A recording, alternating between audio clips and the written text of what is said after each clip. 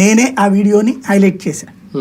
ఇదేంటి తిరుమలకి సంబంధించినంత మేజర్ ఇష్యూ అంత క్యాజువల్గా జరిగింది ఏంటి అన్నట్టు.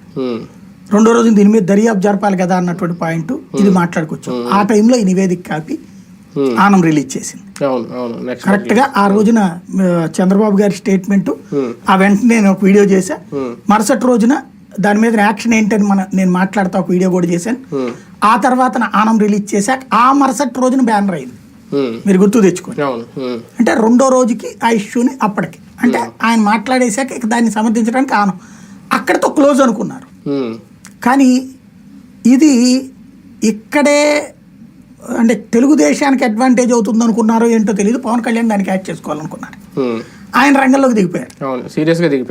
దిగిపోయేసి ఆయన కంప్లీట్ గా దీన్ని డైవర్ట్ చేసుకొచ్చేసేసి సనాతన ధర్మం దగ్గరికి వెళ్ళిపోయారు. సనాతన ధర్మానికి లడ్డూకి సంబంధం ఏంటి? సనాతన ధర్మానికి ఇంతకు ముందు జరిగినటువంటి వాటికి ఏంటి సంబంధం?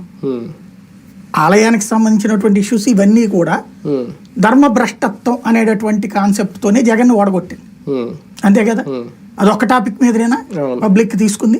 లేదు కదా. హిందువుల్లో కోపంలో అదొక కారణం. ఈయన అక్కడ దాన్ని ఎటుకెటుకెటుకెటుకు తీసుకెళ్ళిపోయాడు. తీసుకెళ్ళిపోయి అక్కడతో ఆగున్న బాగుండు. ఈయన మళ్ళీ క్యాచ్ చేసుకుంటున్నారని వాళ్ళు రంగంలోకి వచ్చారు. పట్టాభి వచ్చేసి మళ్ళీ వాళ్ళు లేదు లేదు దుండికలకి అట్టెళ్ళింది ఇట్టెళ్ళింది. వీళ్ళందరి ఏకైక లాజిక్ ఏంటంటే తక్కువ రేటుకి నెయ్యి కొన్నారు కాబట్టి